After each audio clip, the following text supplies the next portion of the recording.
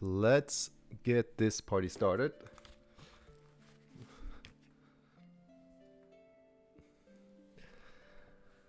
Alright, so this is my first time doing this, so yeah, hopefully this is gonna work out. I'm just looking at the stream over there. Oh, this does not look accurate already. Let me... No, I think it does look good. Okay, let's move this over a little bit. Alright, so as you know, in Stash we have 12 kings each season, and yeah, we are going to do a little test here. We're going to have a little look back to season 5. Hey, good morning, Jesse. Good to see you in chat. Happy to see a few of the folks here. Again, this is me just testing this format and getting a little hang of actually streaming for once. So let's see if everything works out as intended. So we do have here the 12 king decks from season 5. Vanthorne, one of our big regulars, pretty much always on top, had a big deck here with 13 wins. That's pretty huge, so nobody really beat them for quite some time. And then Balduvok with a same win rate. And what I did here is actually rank the 12 king decks of the end of the season by their wins. So you see that's the #1 winning team, and it goes all the way down. I'm actually in here with 0 wins. You can see there's going to be 5 decks, I think, with 0 wins. That does not mean these decks are necessarily that much weaker. It just means they have not been tested yet. Because they came in very late in the season, but it gets pretty rough to get the king deck up there late in the season, so they could be pretty strong. And especially a Shadybunny, I know he has just such a clean deck, but we will see that in action pretty far. Hopefully the audio and the video quality is good. If not, please let me know in chat and we'll try to fix that. Alright, what is the format today? So again, we're trying to find the King of Kings. What I did so far is we have 12 king decks. I already matched up the 5 seed against 12 seed. I took the bottom 8 seeds and did a little qualifying round, so we get to a nice round of 8 afterwards. So I played these games against each other, and Shadybunny already crushed the 5 seed, and we had 3 other matches where he eliminated 4 decks, and these are the 4 people that were then ranked 5th, 6th, 7th, and 8th seed, so that our bracket looks like this right now. So, and with that being said, we'll just, or let me actually see if I can move my, I can probably make myself a little bit smaller here. Yeah, that probably looks better. There you go. Or maybe a little bit bigger, something like that. All right. So the idea is that we're going to run through this bracket and just see who stays here at the end, who really has the strongest deck of the season. And again, this is a little bit of a test one. We're going to be doing this from now on with every season, and you'll be seeing the seeded ranks also in game. Alright, let's jump into it. So this is my debug build, so there's an extra functionality here where I can just rank them up against each other. And as you can see, we're going to be playing the #1 seeded Vanthorne deck against myself, actually, which is kind of a coincidence that it's my own deck as the first fight in here. I will try to have a deck in there every season, but it does get tougher and tougher towards the end, so let's see if that works out. And there's definitely some players out there who know the game even better than myself, who is the dev of the game. Alright, let's jump into this first match. Again, there's always the better ranked player is the bottom player, as this is Vanthorne right now with 75 victory points, and Joey 13, myself here with 66. To take a quick look at the decks, and then we'll just run the fight. What was I trying to do here? I was doing a stun deck with some gorillas, slowing them down, and just trying to keep the points up. And then, yeah, if you look at the relics, though, remember this deck actually being kind of weak, because you can see here the poison on stun relic only has 4 poison. This could be as high as like, I think it's like 16 is possible, even more. So this is a very low number, and I think that's kind of the big weakness of the deck right here. I did have 32% to destroy VPs on stun, so that is another victory, path to victory. But overall, I think this deck is got pretty lucky to actually make king, and going against the #1 seed, I see my chances pretty slim. What is Vanthorne doing here? because we might see this deck again afterwards. So he has this legendary Stormbleed Yak who gives 27% stun chance, which is a ton. That means if he goes off 3 or 4 times, everybody else is basically going to be perma-stunning. We also see that almost all his units have at least 70% to stun on hit already. So I'm assuming that's his blessing, the Whisper Whale blessing. And then we have this bat copying him, and he's going to go off pretty much right at the start of the game. So I see what he's doing here. Then he also has this interesting frog in the back with plus 90 damage and plus 40 speed. So that's obviously a very nice combo to kind of, yeah, go against the weakness of the club by using him on a frog and in the back line. So pretty strong deck overall. Let's run it and see how it goes. Alright, let's see how often the Yak can go off and who's going to get the bonus. I see actually myself winning this lane, but both of these look really bad to me, I think. So let's see how it goes. So he already gave the frog the stun chance. That's pretty big. And up here, so this lane is already dead, I think, for myself.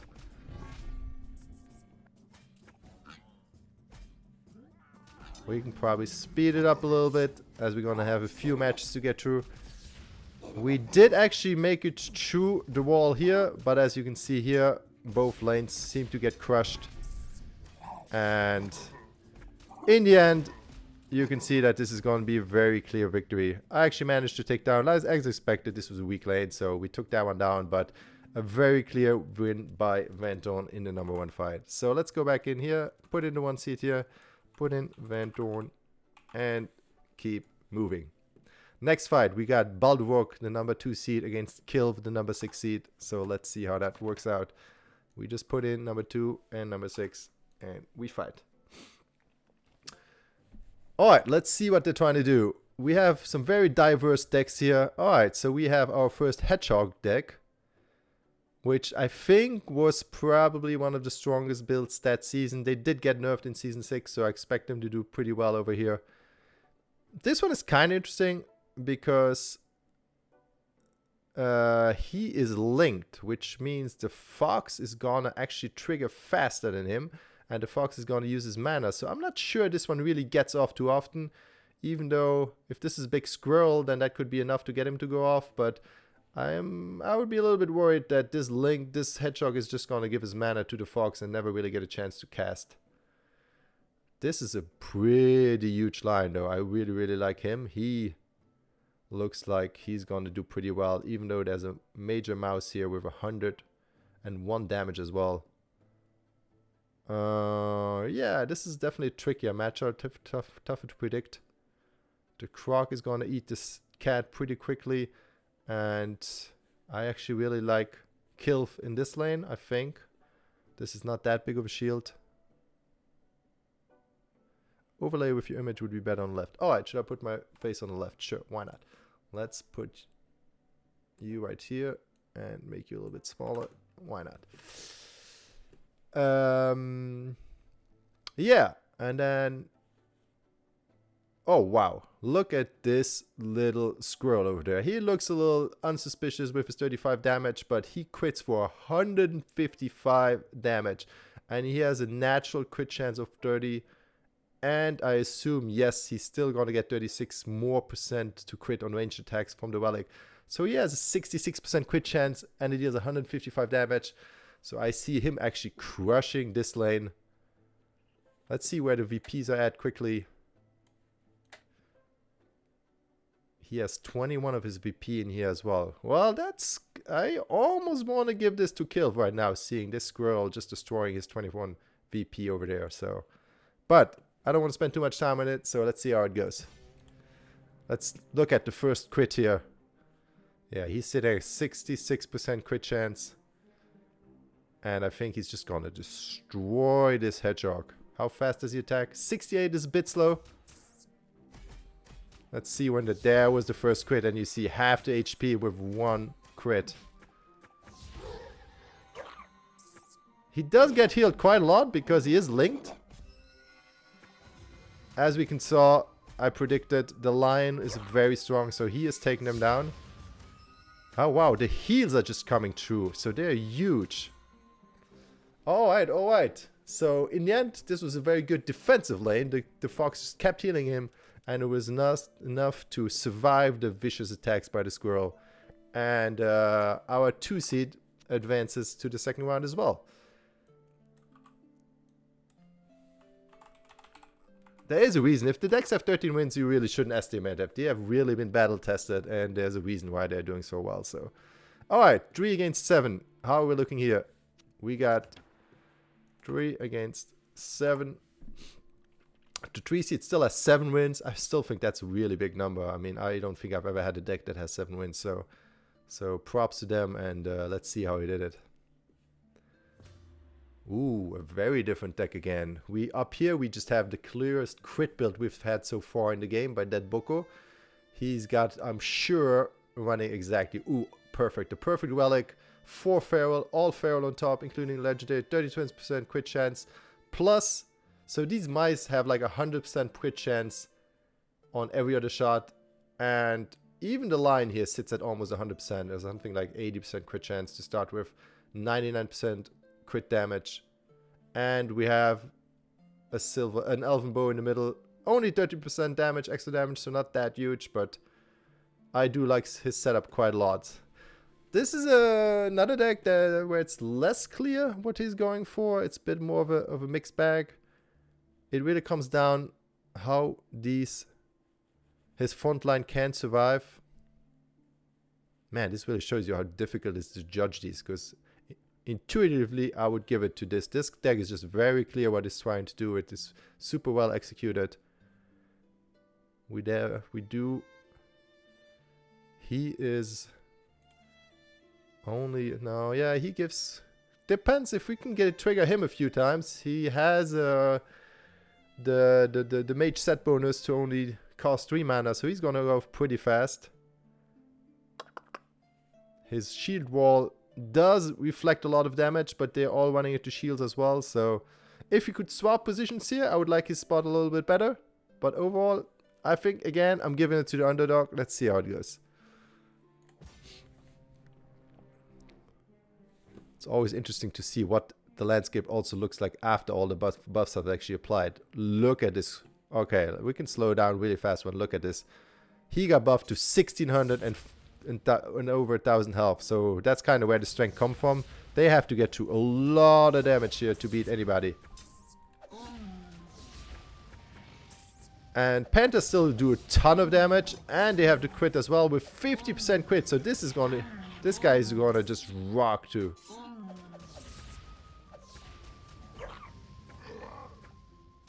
Yeah. He's very, very strong. Depends on how quickly this guy's going to go down now. If he misses a few attacks, then he's going to just fall very quickly as well. There is obviously some RNG in these fights now as well.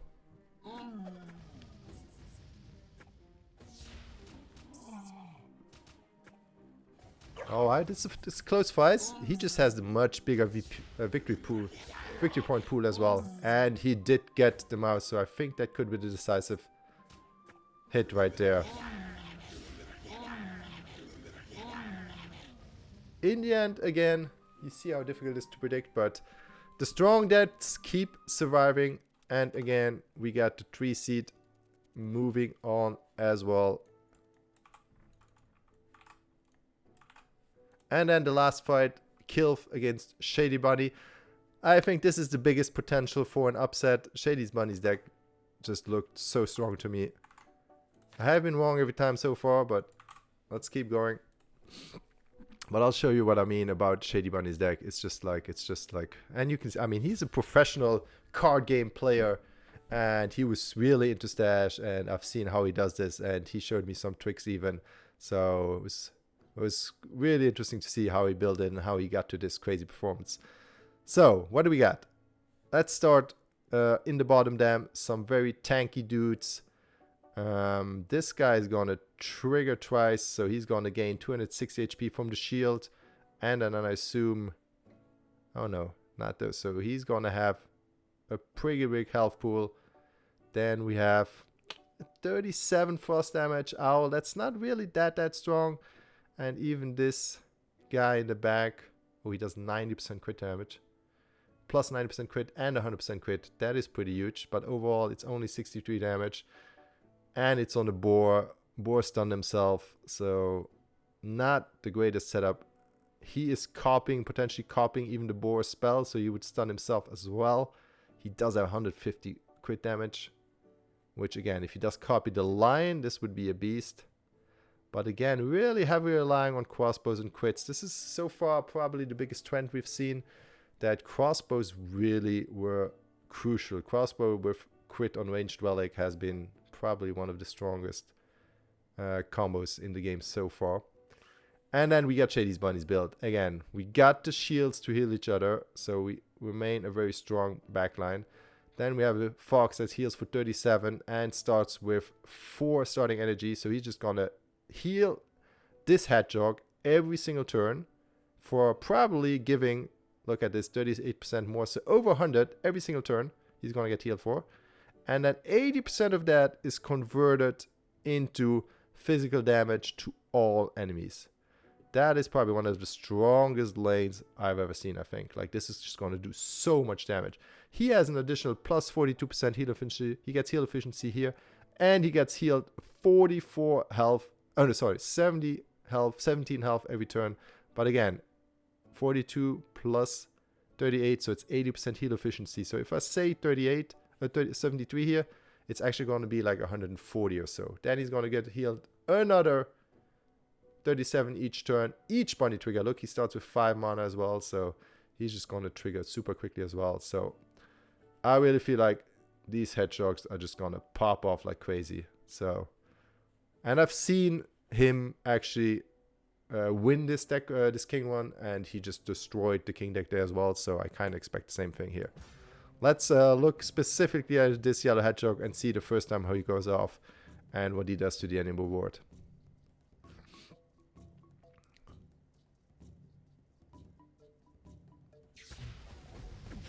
And we're gonna slow it down. Next turn he's gonna go off. And there he goes. Bam! Did you guys see that? That was just red numbers all around. And I think, look at that. Just pure destruction. And again, I just, when I first saw it like that, I was like, this is one of the cleanest builds I've ever seen playing this game. Not surprised coming from the professional. Alright, let's move Shadybunny then to the semifinals. And keep going. Alright, we got, this is interesting. We got the 1, 2, 3 seed and we got the underdog. Shadybunny came in basically the last day of the season, one of the last few days. So his deck probably was never tested against another king deck during the season. So this is really his time to shine. And yeah, it was impressive to see him build it. So let's see how he fares against the best out there. Alright, so next up, we got the 1 against the 2 seed. Actually, now I realize I probably messed this up bracket. I'll change it the next time because probably this seed should probably be fighting this seed right now. And these two against each other. But we have it set up this way, so we're going to run it this way. And we'll see what we get in the finals. So we're going to run the 1 against the 2 seed. There you go.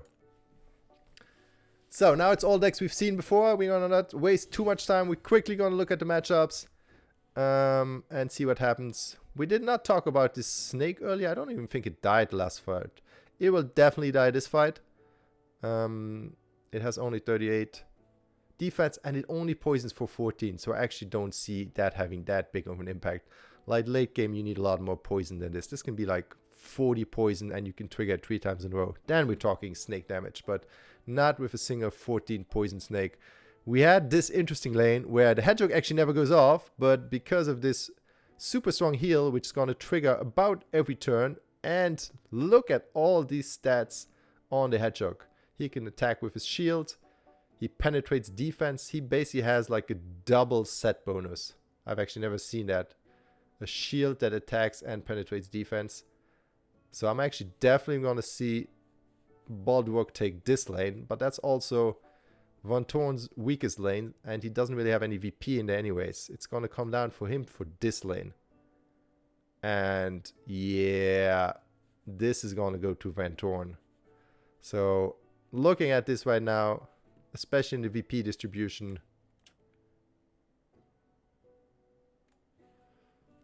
this lane might be the deciding factor. It's very difficult to judge this with the heals. Intuitively,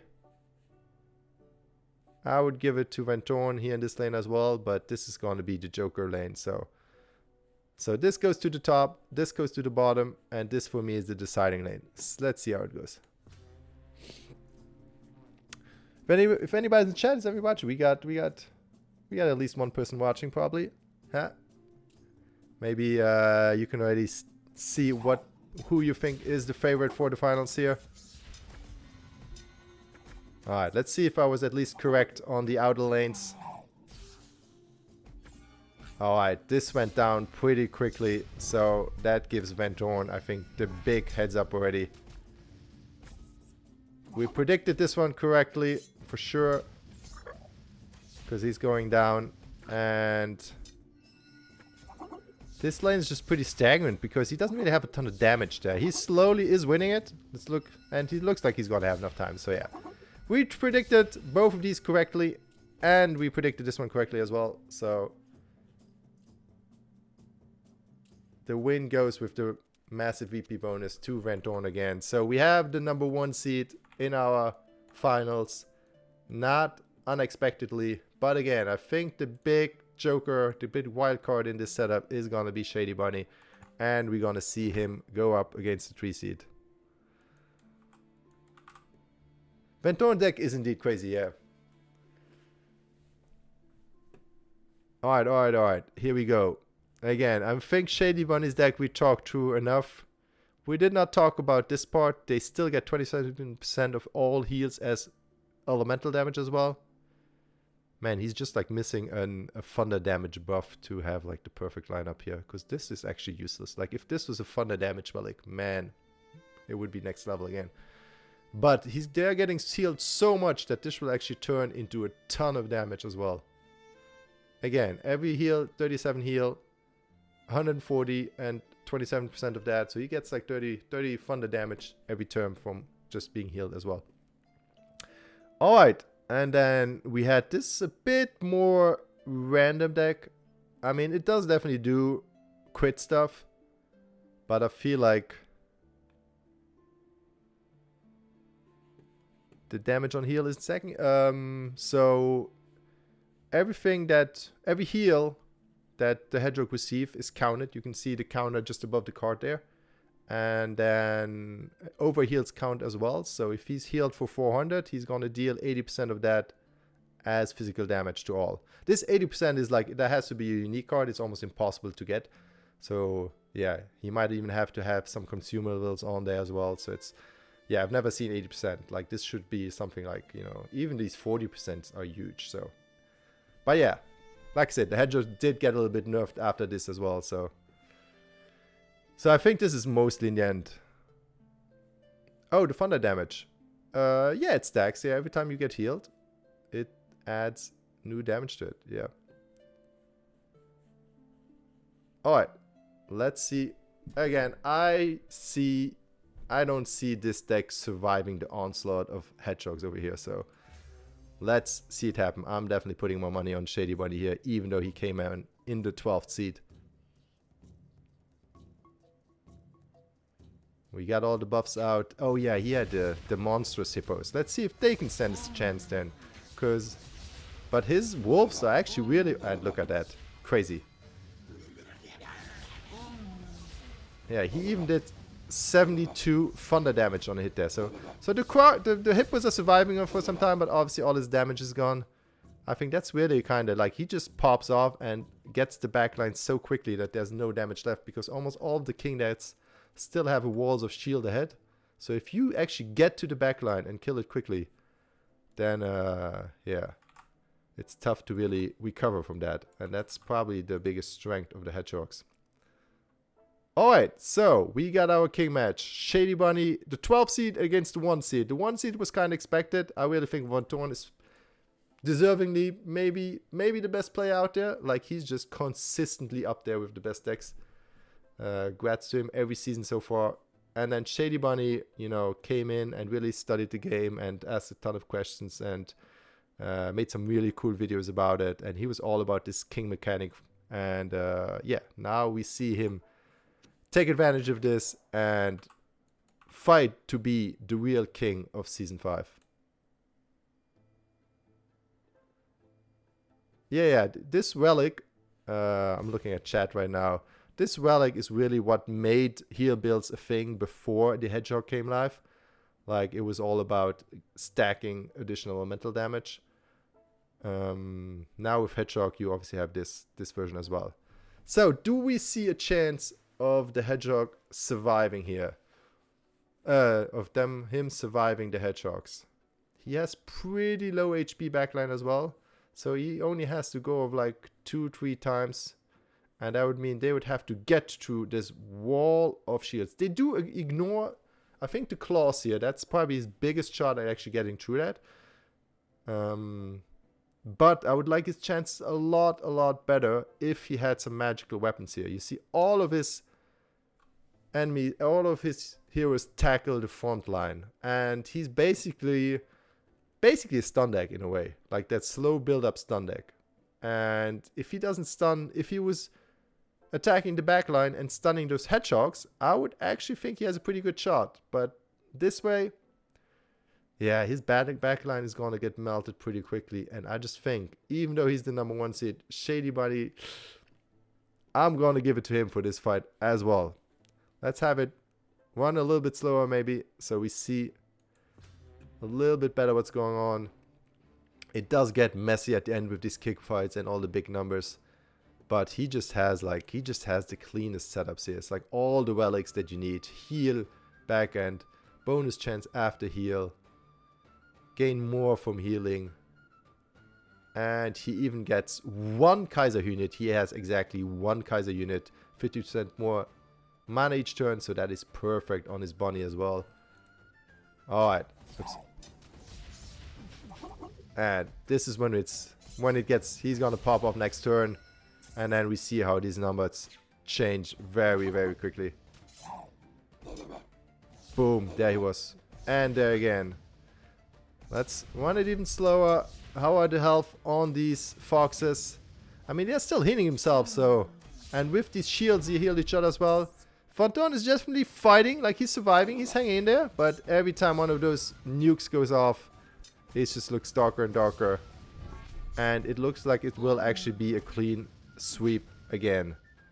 Look at that. Shadybunny, King of Kings, coming through with his late stage deck. And just like I said, probably the cleanest executed deck I've ever seen. Like, he just has all the pieces aligned. So let's crown him the King of Kings of Season 5. And again, I saw this as a little test run, but this will be a feature we will see every season. And Season 6, I think, is the most balanced the game has ever seen. We see a ton of diversity in the King decks. We did a few different decks here, but I think Season 6, it's going to be exciting. And I have no idea who's going to come on top. But congrats to Shadybunny. Let's tag him in the socials and tell him that he actually won our season King of King fights. Alright, I'm going to log off with that. Hope that worked out well. And hope to see you guys in Stash as well. Let's quickly jump, in case you just stumbled on this, let's jump to the Steam page. Here you can find the game. And if you do so, please join our Discord. We always are active there and sharing screenshots. And yeah, would love to see some more people in there. So, alright, see you for Season 6 then.